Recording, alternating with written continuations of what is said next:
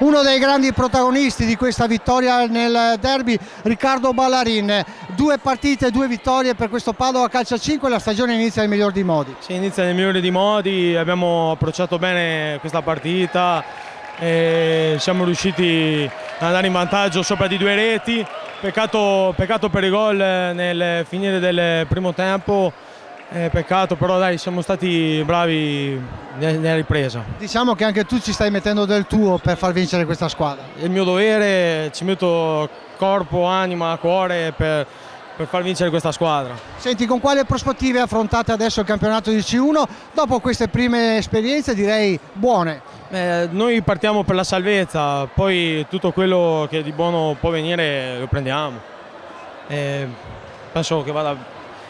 Speriamo una salvezza il prima possibile e poi vediamo, dai. Beh, di sicuro ci farete divertire, questa è una promessa. Sì, dobbiamo far divertire tutta questa gente, siamo pronti per questo.